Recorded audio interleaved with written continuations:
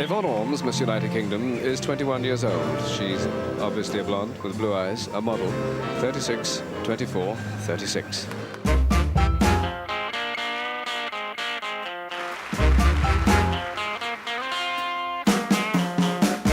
Girls, would you please turn? I felt like it summed up the beginning of Trouble for Women. We were judged by what we look like.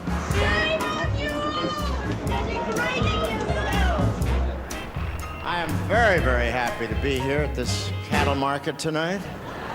Moo! Well, if it's a cattle market, I must confess there's some very prime beef there. The people who likes to look at a good-looking girl, they should do it. It would have been better if they had tried to talk to us. Was there a particular ideal of beauty you noticed at the time? Well, they were mostly blondes. It was clearly Eurocentric. Was this a competition open to whites and coloureds or whites only? Whites only. I'm feeling a bit uncomfortable. But, lady, I'm going to give you a run for your money.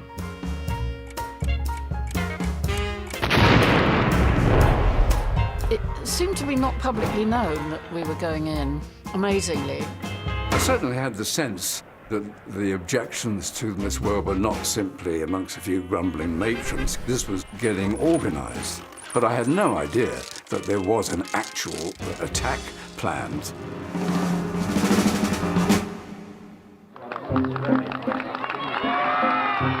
The standard of beauty varied from the homely to the appealing to the strapping country girl.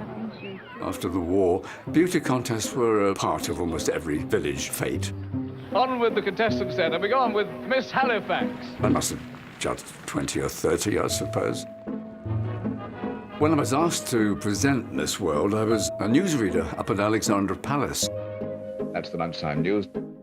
And I suppose I just fitted the bill. They wanted someone who was presentable, but was kind of respectable too, because it was all a very proper affair, the Miss World contest. You know, of course, the competitors have been assessed for beauty and for deportment, etc. Nobody can wear this except a past or present Miss World. By 1970, Miss World was a massive dot on the television map with 24 million viewers in Britain. I think you've got about as much chance of becoming Miss World as I have of becoming Mr. Universe. Miss World is held in aid of children's charities. They also raised money during the Miss World contest for children, which was a noble and correct thing, but it wasn't exactly the point of the show. What was the point? The point was to present lovely girls to be admired. People love to look at girls. The difference between Miss World and the village fete is that they didn't have cameras at the village fete moving slowly up their bodies. Well, good evening or good day, depending on what part of the world you're watching us from, and welcome to the Royal Albert Hall here in London.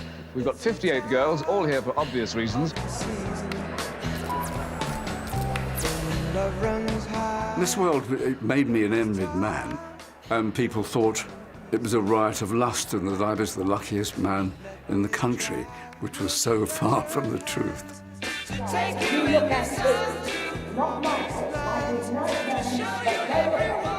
It was hard work, because my job was to interview the finalists, but I didn't know, because it wasn't fixed, who they were going to be. Contestant number 51, Miss Sweden, who is Maj Christel Johansson. You do speak English, don't you? Oh, yes, we are forced to learn it at school. You're forced to learn it. I'm sorry, it's the same in our schools. I apologize for that. But willkommen to England anyway. She has a 35, 23, 35 figure. I think everybody was 35, 23, 35. It was my mother who sent in a picture to an evening newspaper. It was Drömflickan, which means the dream girl, basically. Sweden is quite extraordinarily uncomplicated. Its girls seem to be nearer to the original blueprint of girl than other women are. First prize was a car.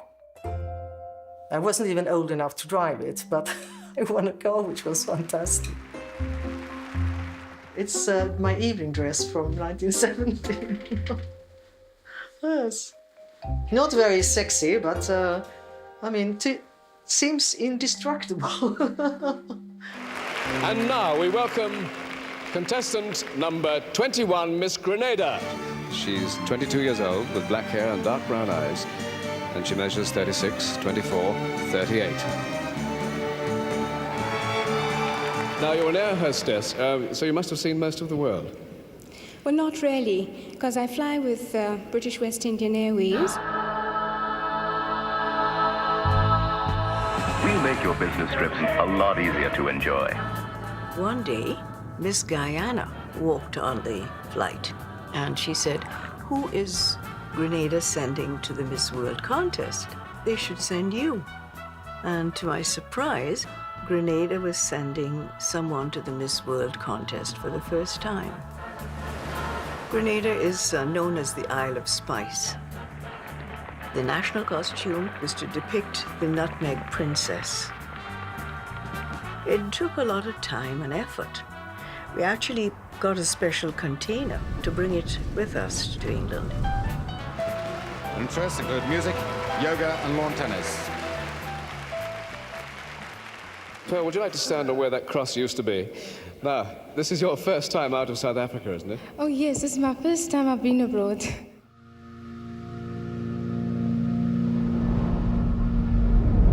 I'm from Cape Town. I was born in Salt River. I come from Salt River. Number 4. This is where I was born. Do you know Pearl Jansen? Yes. That's me. Yes, ma'am. Come here. Come have a look here.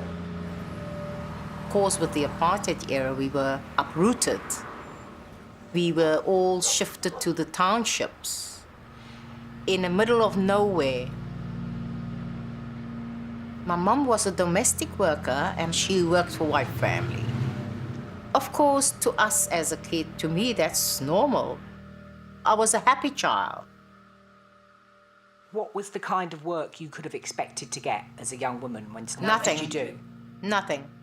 There was nothing to look forward to because most of the job was predominantly for whites. So this is where I ended up working in a shoe factory as a machinist. One day I was going through a magazine. Now, we have a lady from South Africa called Penny Coolen. The whole world knows it. And she was the very first Miss World in South Africa in 1958. I said to my mom, I want to be like Penny Coolen. And my brothers lay on the bed and they said to me, a Miss World? You want to be a Miss World? I said, you watch me. Woodstock Tunnel is the place, the mecca of all show business in our community. This is where the pageantry life and the world of pageantry started for me. All the community centers within the Western Cape used to have competitions, you know. Then they'll choose girls from all the various townships. So then you'll pose like this, and you'll pose like that, and you'll pose like that. And all the back, you know, like they're checking out your physique. Of course, I came out tops, I won. Oh, I love the taste of winning. I like the taste of parading. Because money didn't play any role those years. It was just showing people about our beauty. I actually won the Miss South Africa in the Bodybuilding Association 3 times. Miss South Africa 1969. But we were not allowed to enter the real Miss South Africa. This is where it all ends. You can't go any further than this because it's in the apartheid era. And if anybody says, by the way, that there are just as good-looking girls in their street, please send the address of your street to Michael Aspel, BBC Television Centre, W12. A woman is supposed to be pretty, attractive, passive, comforting, always comforting, gentle, understanding. Completely understanding. Yeah, never disagreeing about anything. I feel like I probably come from a generation of angry women. Everything was wrong. Women were not out there in the public sphere. My mum left school at 16 and I think she'd always wanted to do something more. So in my family, nobody had ever been to university before, so I was the first. I went in 1967, and there was a lot going on. The Vietnam War was going on, demonstrations against that. We had a campaign against exams. So I didn't last long at university. Island of honest hearts and open smiles. 68, I went to Cuba. We got long speeches about the revolution. In Cuba, I met Sarah Wilson, and we became friends. I left art school in 1967. I landed in Paris about March, April, and then, of course, everything exploded. Women students are regarded no differently than men as far as these riot police are concerned. We did posters for people from all around the world about all kinds of issues. We made posters for everyone who came in. There's hundreds of them. I thought there was going to be a revolution every day and that we were going to change the system and we were going to put everything right. We had all been used to, going to these conferences and movements which were really dominated by men. We'd always been the ones who were ignored in any meeting. We hadn't spoken. Other men had spoken. We got used to there being a hierarchy and putting up with it. You have to work out, why you've been part of it without realising. This is my nerve centre. This is where it all happens. My art room. The middle one is a quick sketch of the patriarchy.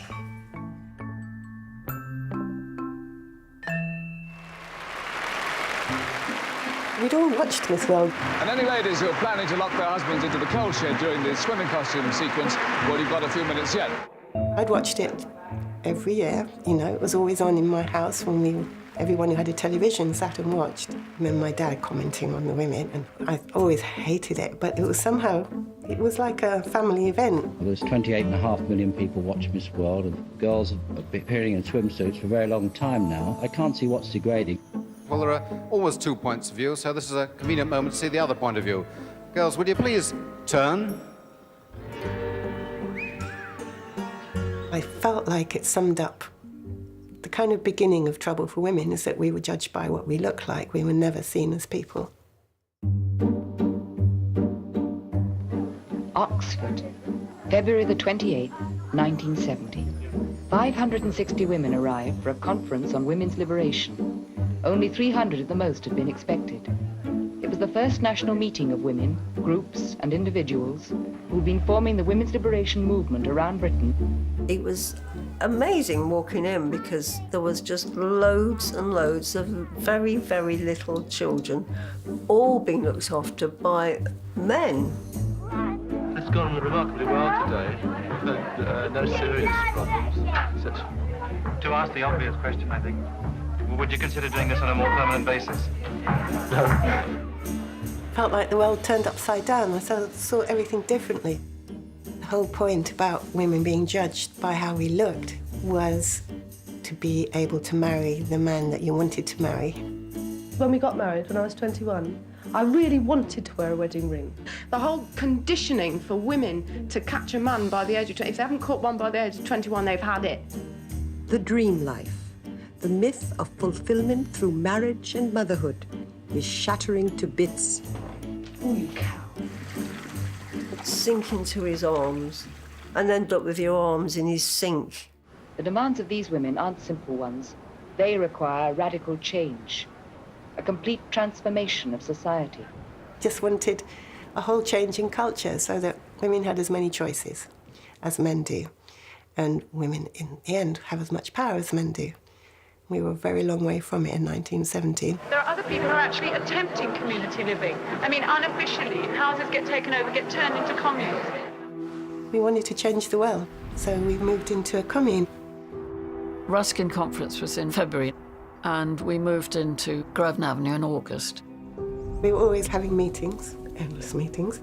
And Sarah came back one day and she heard about this Peckham women's group who wanted to do a protest against Miss World.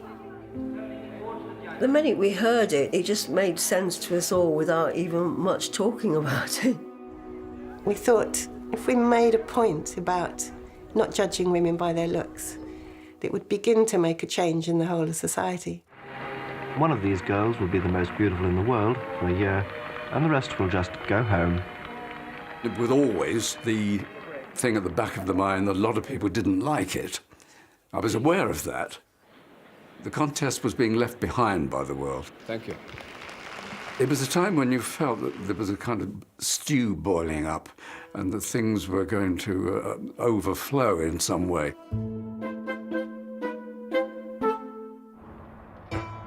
I came into youth politics in 1968 as an 18-year-old. The anti-apartheid movement was really coming to a head with direct action.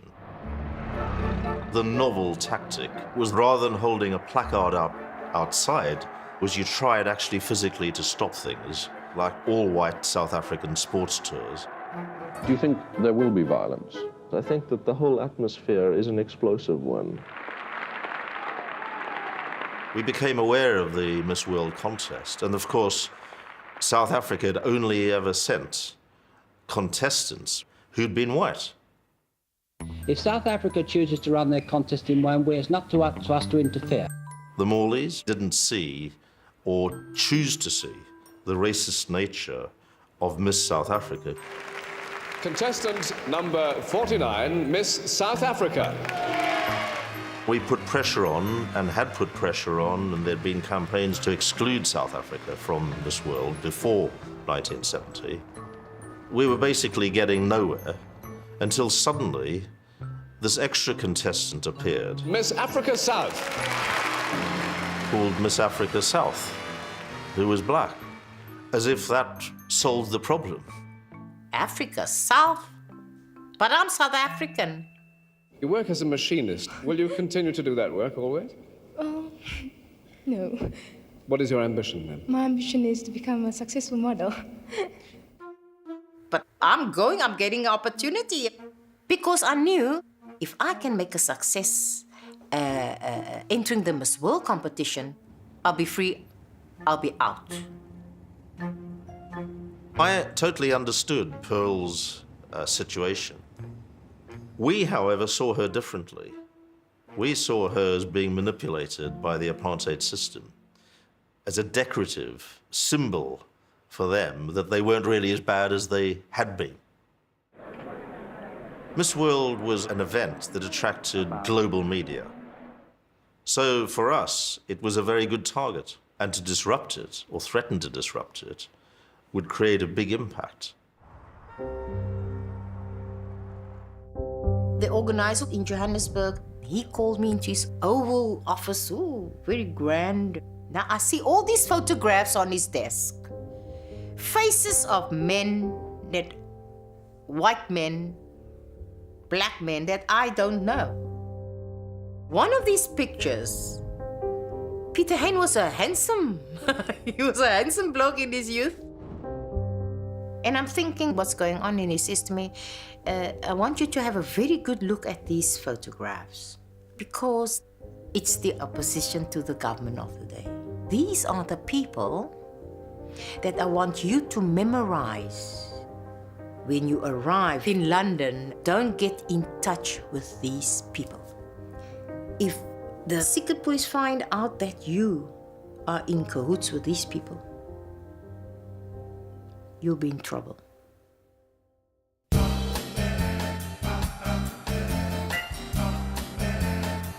It was my job to be at the airport to meet the girls. I got a job as a bouncer at the Lyceum. That's how I started with Mecca. It was an entertainment company, bingo halls, dance halls. Because I was a dancer, I knew most of the dancers anyway. That was quite fun. Then the beauty contests, and that, because I used to model, I was standing in for girls to get various shots done. And it just snowballed from there. Julia Morley was looking for an assistant. I was in charge of the chaperones. Arriving at the airport, we were met by a fellow called Peter Jolly, and we recognized him because he had sent a picture. When I arrived in London, it was daunting. I was the last passenger to step off the plane. Peter Jolly, what a fine young man. Beautiful, handsome, yes. And Julie Morley knew that these girls were safe with me. I should say no more. They would arrive at Heathrow and I had these Rolls Royces to take them back to the hotel. Not to me, it's like a palace. Pearl Jansen, I can remember it clearly. She was a lovely girl. We all used to gather in the hotel for breakfast in the morning. And me being me, I used to say, hello, darling. And she stood back and said, if that happened at home, we'd both be put in prison. And my reply to that was, we're in London, dear. We're both safe here.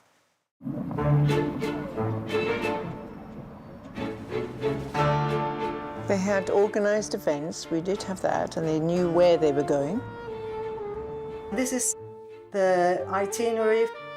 We went to a brewery and the stables. Do you know those enormous horses? A tour of the police station and a demonstration by a police dog.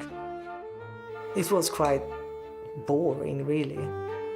On the Friday, we were supposed to go to Savoy Hotel and wear national costumes.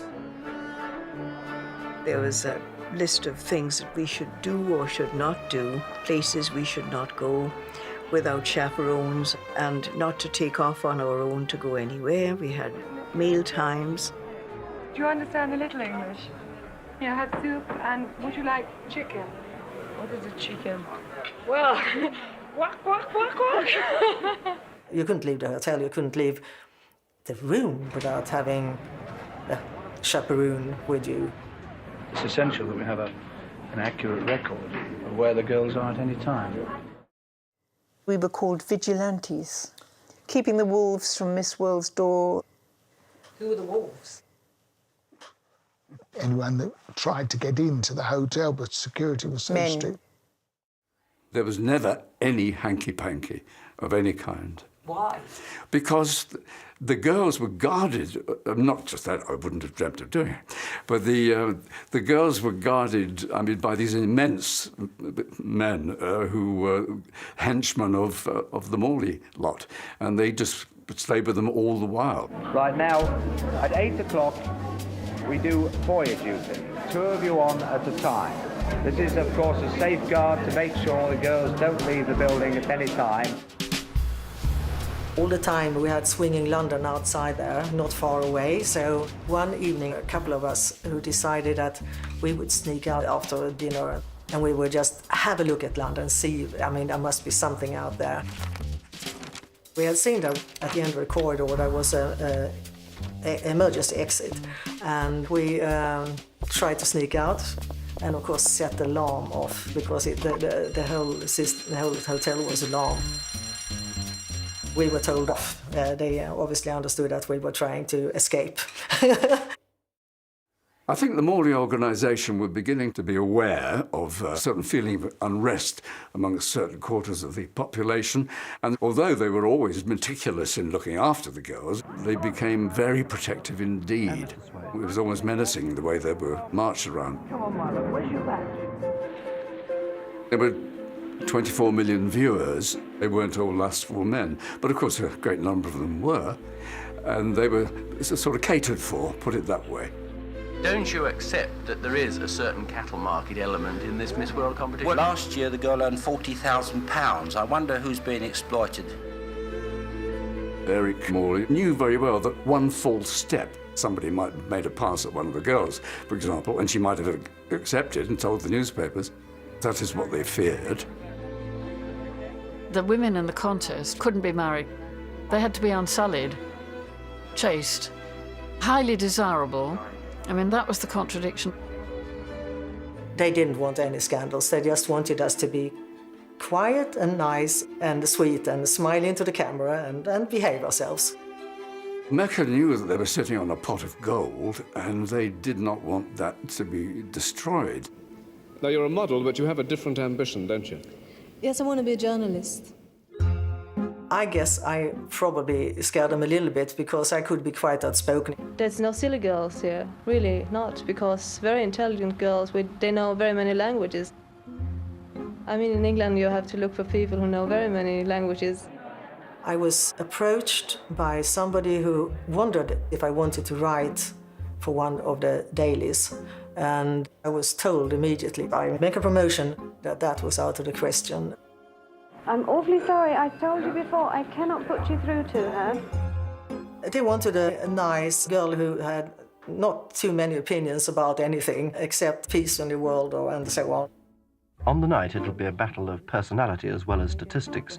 They'll dazzle the minds of the judges with recorded messages just 15 seconds long. There's no chance, really, that they could be judged on their personalities. When are you going to talk about human beings? That's good. They're like performing ponies. People even place bets, you know, like it was just a sport. Ladbrokes have 600 shops throughout the country, and while the betting is not on the scale you get at racing, you do get thousands. We'll have 10 or 12,000 small bets. Women were just a sport that day, trivialised, fitting into the fantasy world of the Mecca pimps who were reaping in money over this. You heard it. Oh, did you hear you're the favourite in the betting office? That one, she's a winner. Was there a particular kind of ideal of beauty that you noticed at the time? Oh, yes. Well, they were mostly blondes. It was clearly Eurocentric. All up this way now. When I arrived in London, first of all, you're marginalised as far as the media is concerned. They didn't even know where Grenada was. They were really expecting the Swedens and the USA and Miss England and so on to win. It helped us to stick together, actually, the gals from Asia and the Caribbean and Africa. When I arrived for my interview, I've never seen so many cameras because it's the first time they're having 2 entrants from South Africa. I was selected by a panel of judges in Johannesburg. We had provincial finals first, and then we went up to Johannesburg for the final. Was this a competition open to whites and coloureds or whites only? Whites only. How were you selected, Pearl? The competition was organised by the South African Amateur Weightlifting and Bodybuilding Federation, and it was an open contest to everybody. But actually, out of the contest, no Europeans turned up. They'll ask me questions about South Africa, for instance. How's it back home and things. I've got to be so diplomatic. Do you feel that you're representing the coloured community of South Africa, or do you feel you're representing the whole country? Well, of course, the whole country. And you don't feel that you're specifically representing only the whites? No, of course not. No. Although the competition in which you took part was restricted to whites only? That's right. In fact, the only time I saw Gillian is when we do photographs together. I never communicated with her. I never had that rapport with her, ever. Because in my back of my mind, you are a Boer, you're a white, you oppress me. But anyway.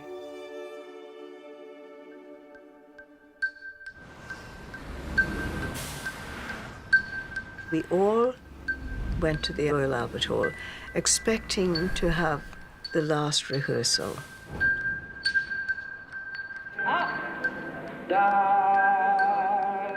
And at that point, Eric Morley decided he was only going to have 16 girls practice. So he chose 16, and they were most definitely the ones he thought would be the final 16. What kind of ones? So there was Miss Sweden, Miss England, and I can't remember all the others. We were sitting in the audience, watching the 16, and hoping to be called, and we were never called. It's a pity you can't all win, girls, but it's been lovely looking at you anyway, working with you.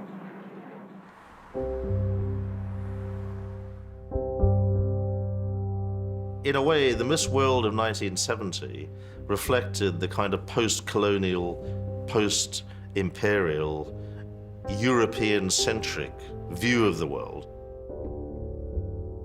I don't think the world is really ready to accept a dark Miss World. I put that way.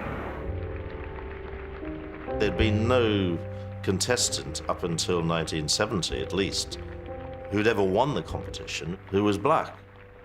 And yet the white population of the world in 1970, just as now, was in a minority, and always had been. Here I am, sitting majority white people. So I'm feeling a bit uncomfortable. I'm not relaxed. But at the end of the day, this is in my mind. Lady, I'm gonna give you a run for your money.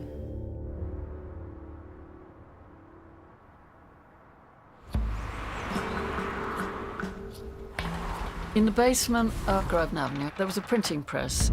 For the Miss World demonstration, we made the leaflets and things there.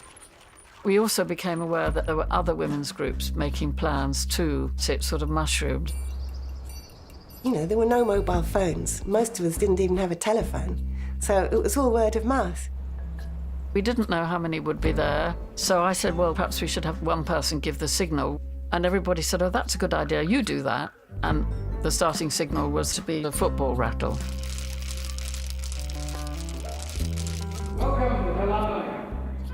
The plan was to be inside and try to disrupt the contest. Television was quite new, and in those days it was mostly live. So, yes, it did open up tremendous possibilities. I certainly had the sense that the objections to Miss World were not simply amongst a few grumbling matrons kind of thing. This was getting organised. But I had no idea that there was an actual attack planned.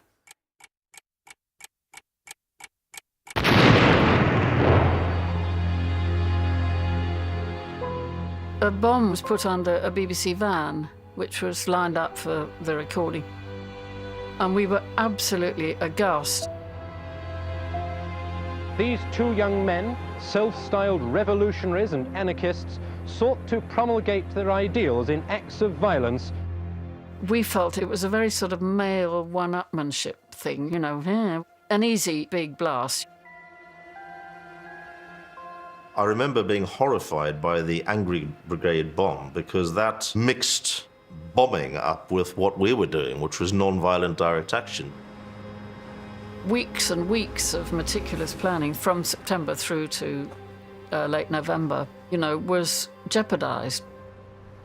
We heard that a bomb had exploded, and that was quite scary. I think we all wondered what on earth was happening. And then we were assured that security had been stepped up and that everything was under control. We were really extremely worried because we knew that the security was going to be really tight. We had a hasty meeting about, you know, should we call it off? But then in the end we thought, well, you know, if we don't go in, everything's, you know, lost. It was very easy. I got the 31 bus up to the Albert Hall. We realised that to get in, we'd have to look very smart because we were going over to Kensington. So I just thought I'd wear something that looked as though I was going to go to Ascot in it. So I wore a pink corduroy coat and a big pink hat. And I had a satchel with my weapons in it. Some rotten veg, a bag of flour, a smoke bomb, and a water pistol. On the way to the Miss World competition, we were actually confronted at the entrance.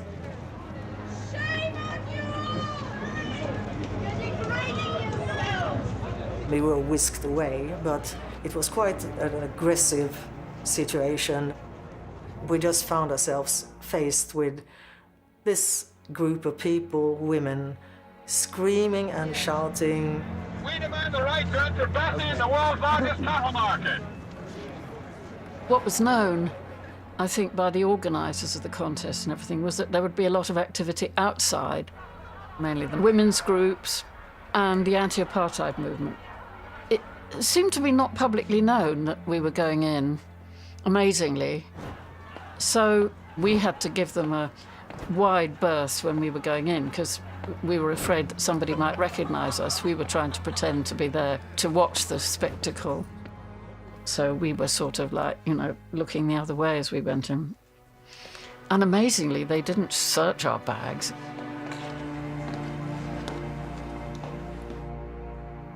The minute I got in the hall, I looked up, I couldn't believe it. There were so many rows and rows of red velvet and gold layering up, layering up. It just went on for miles. I was just flabbergasted. I plodded along and found a section near the bottom of the auditorium. So I went and sat down and waited. We'd bought tickets and we sat in different places. We honestly didn't have a clue if there were going to be more than 10. I suddenly realised what it meant at this moment, sitting here with this task in hand. Ladies and gentlemen, Miss World 1970. There's beauty everywhere. With compere Mike Aspel. Michael Aspel was a bit of a schoolboy, a charming kind of guy, quite smooth with the women. And welcome to the Royal Albert Hall here in London, which is the home of the famous Promenade Concerts. And every year, the strains are heard here of Land and Hope and Glory. Well, there's a lot of strain, a lot of hope, and a certain amount of glory to be won at the end, we hope. We've got 58 girls, all here for obvious reasons, so we see them first of all, as we always do, in national costume. Miss Sweden. The fifth blonde from Scandinavia. Michael Aspel was very nice, but he seemed very nervous. Now we welcome them in evening dress. Pearl Jensen's hobbies include ballet, gymnastics, swimming. And we sat there, and I think it was an interminably long wait. Anyway, at some stage they brought out Bob Hope. I said earlier that there would be a lot of hope here tonight. And here's proof, because here is the man who is to place the crown upon the head of Miss World tonight.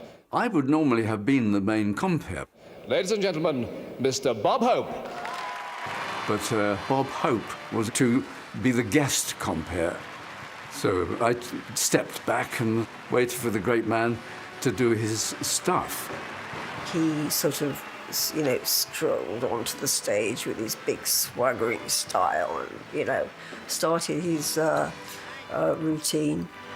Thank you very much. But I want to assure you, ladies and gentlemen, about the bomb blast. I want to assure you there's nothing going to get blown up here tonight. They've checked every costume in the place. What was Bob Hope known for? Comedian. Not terribly funny, but...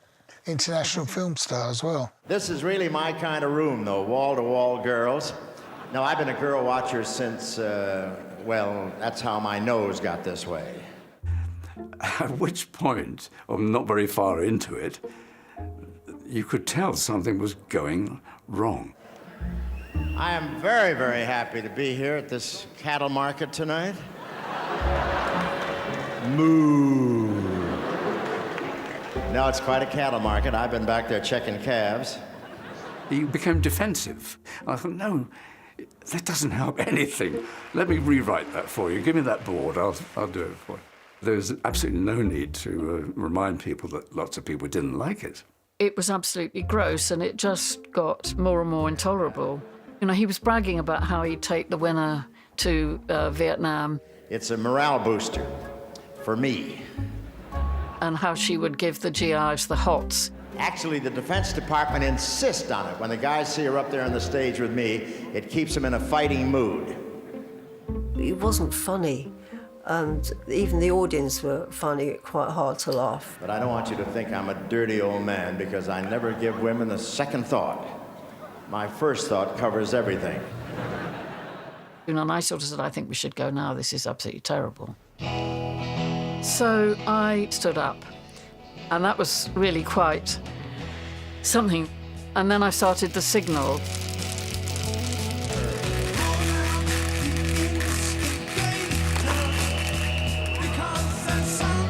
And it dawned on him, and he was sort of looking around, sort of like, what's happening? And so that was it, the moment had come.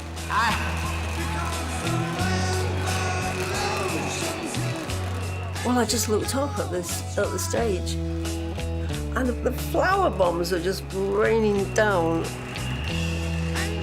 And as the flower went through the lights, it sort of sparkled and it looked like snowflakes.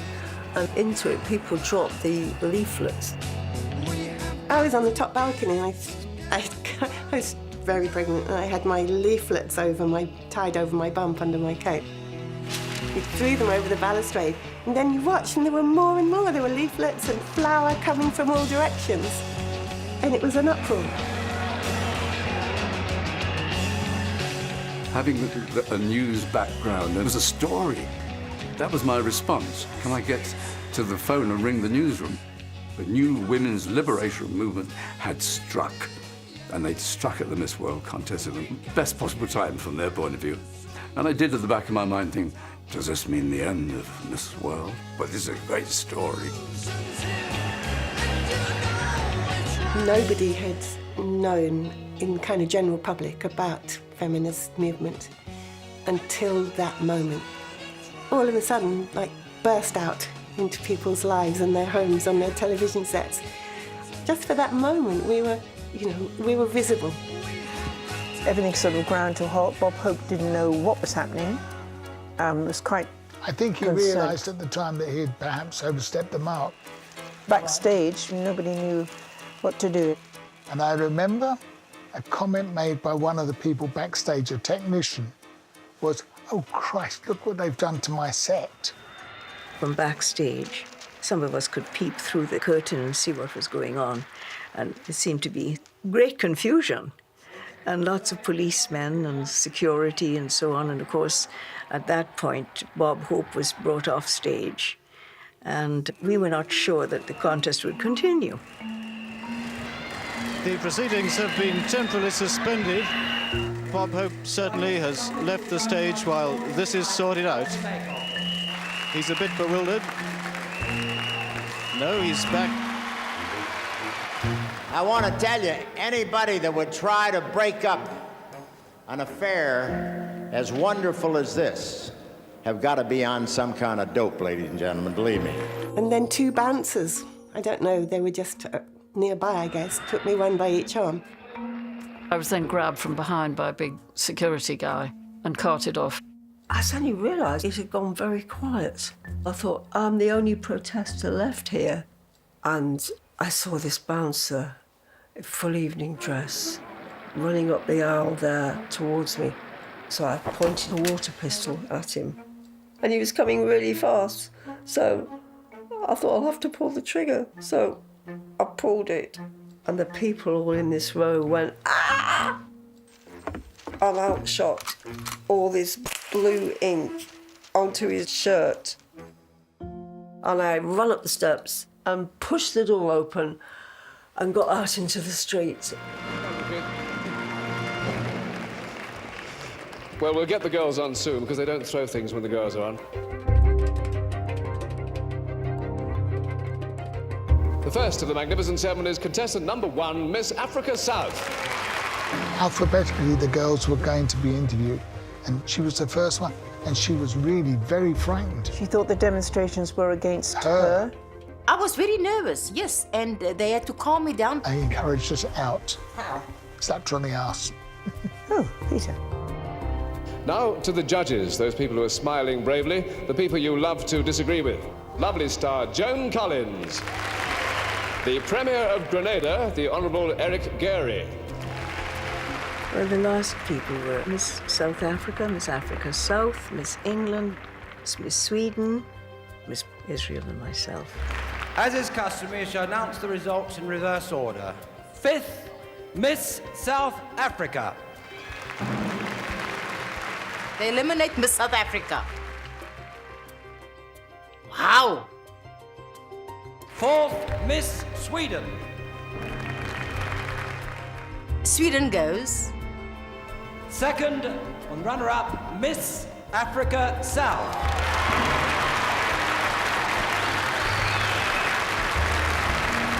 And Miss World 1970 is Miss Grenada. I was totally blown away.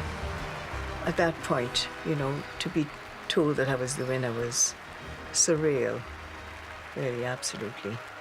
There must have been obvious surprise. And a tremendous success for Miss Grenada. And the great and extraordinary thing at the end of an extraordinary evening is that Jennifer Hoston, the winner, was the first black girl to have won it in all those years. Miss Grenada is Miss World 1970. The protesters were outside, waiting for us to leave. They started to shake the bus. Some of the girls were quite upset about it. And were singing outside, and the girls were actually singing inside the bus. Almost the same song as the We Shall Overcome.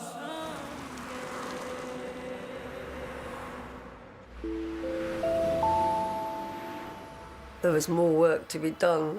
I jumped on the bus straight down to Piccadilly to the Café de Paris, where the contestants were going to be taken by Mike Aspel. As the coach came in, we all was shouting out, "Mecca pimps, Mecca pimps." I took a smoke bomb out, asked somebody for a light, lit the smoke bomb, threw it onto the pavement, and immediately was grabbed by the law and taken off to Bow Street Jail, where we were banged up for the night. We just passed the nights sleeping on these benches, and then we were let out. We went to the courtroom the next day and charged. It was just a fantastic evening. It just came off. It came off.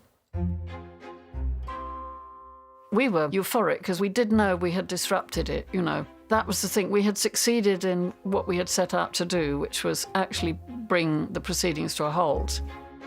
And it turned out, I think there were about 100 of us inside there. And I think it was 100 million viewers worldwide watched it on live television. Everybody had to listen to us saying, this is women's liberation. And that was like, we have announced the latest threat to the world. And it felt really good. There was one poster, I think it said, "It's time women did what they want to." And I thought that was, but the whole thing was the women were doing what they wanted to do. It would have been better if they had tried to talk to us. All I remember is when they said the cattle parade. It never bothered me, never. I felt good about my physique. I earned it. I worked for it. Jennifer! I think that it's wonderful that girls have an opportunity to win such lovely prizes. I, for instance, come from a very small island, as you know, and the opportunities that are now open to me, I know would never have been so had I not entered this contest. When I got back to Grenada, of course, it was pandemonium. You know, nobody expected me to win. So Gary returns from Mecca in triumph. He brings with him his biggest prize. This self-possessed air hostess paraded the island's name before millions who, until then, had thought it was an old Spanish town. Jennifer Hoston was crowned Miss World amid international argument. Gary was one of the 6 judges, so the press cried fix, suggesting Mecca arranged her win in return for the right to open a gambling casino here. I know there was a fuss afterwards. It was the next day I read in the newspapers that somebody accused Mecca Promotion to have rigged the result. And I don't know until this very day what is true. Did you yourself vote for Miss Grenada? This I should not disclose. Could I ask you a question? Yes, of course.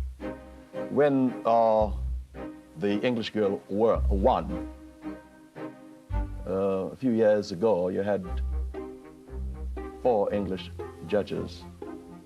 Did you ask those questions? I think certainly the media defined, to a large extent, what was culturally acceptable or not.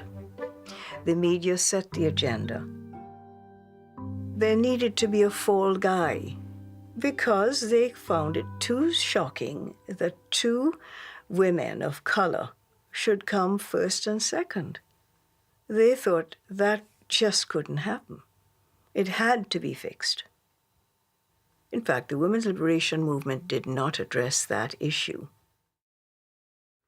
It's the first time that a black girl was crowned Miss World, in my knowledge. So, what a milestone for the both of us. Social change comes about through struggle. And the struggle of anti-apartheid activists focused on Miss World, the struggle of women's liberation activists focused on Miss World in 1970, threw all the old pieces up in the air.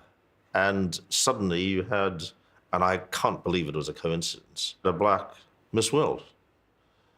She wasn't from South Africa, though she came second, beating Miss South Africa, a white contestant. That was unheard of. From the airport, there was a Cadillac waiting for me. People are lining down the streets, people standing on balconies.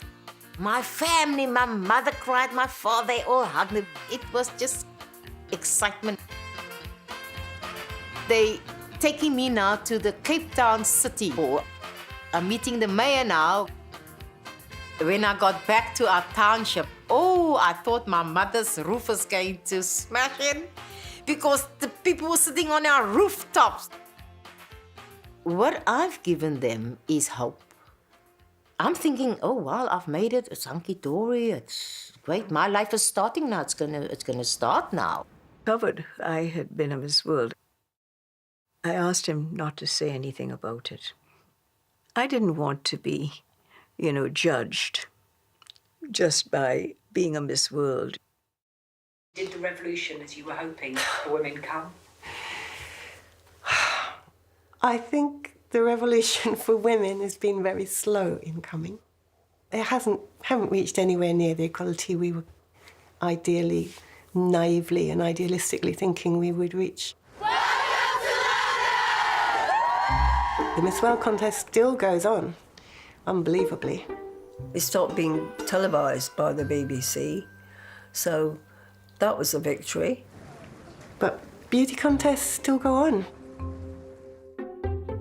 I think there is nothing wrong how far you are prepared to go to use your looks, your intelligence, whatever.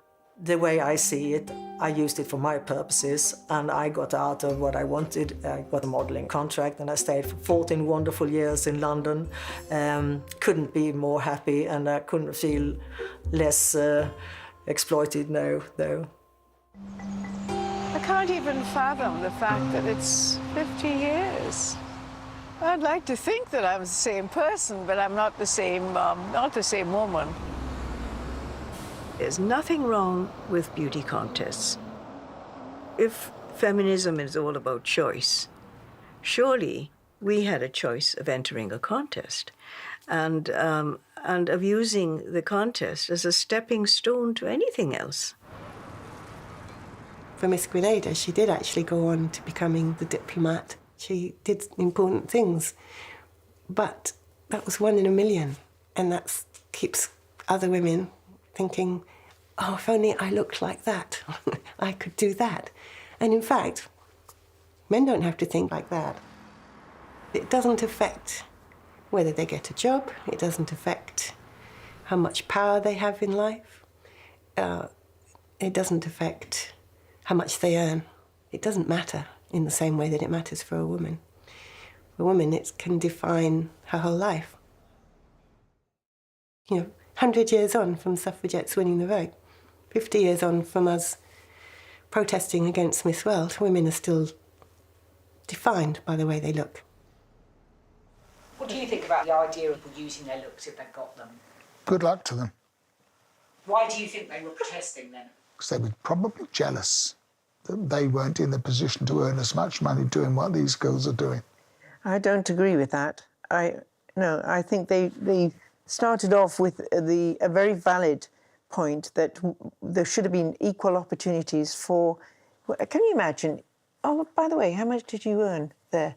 I mean, if you and I had done the same work and you were paid more for the work than I was, I would have been really mad. I'm interested. Yeah, but he's not going to tell me because you probably... Forgotten. No, you haven't. You know perfectly well how much you earned. I can't remember. Was it more than £7 a week? Dying to know how much you earned. Well, it's nothing to do with you. So how much did you get? £8 a week? Yes. See, I knew it, you see. So they did have a point. People say, Paul, do you realize that, you made history? To me, it's like a dream. It's not part of my life. Things didn't pan out the way I anticipated, but we were not in a good space. If it were different, I wouldn't be in the township still today. A lot of things has changed for people of color, especially female. You can't tell this generation what to do.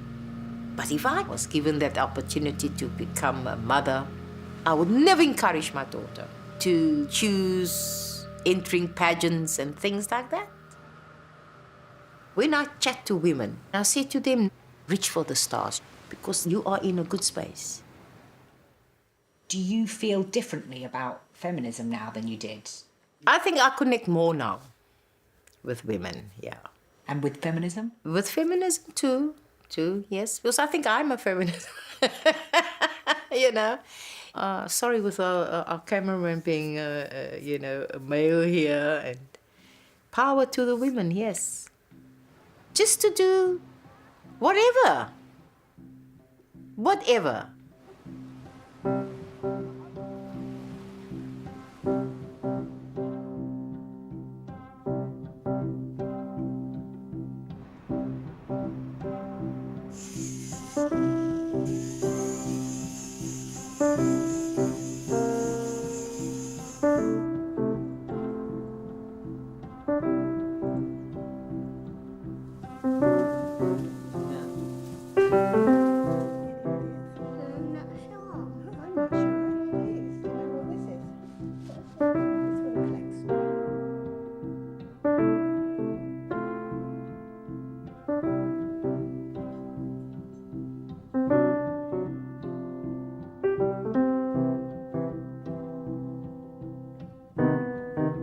Protesting against Putin's Russia, how a group of young feminist punk rockers captured the world's attention.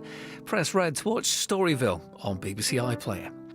But next, from dating tips to advice on spicing up your marriage, Sarah Pascoe hosts our Funny Festival live.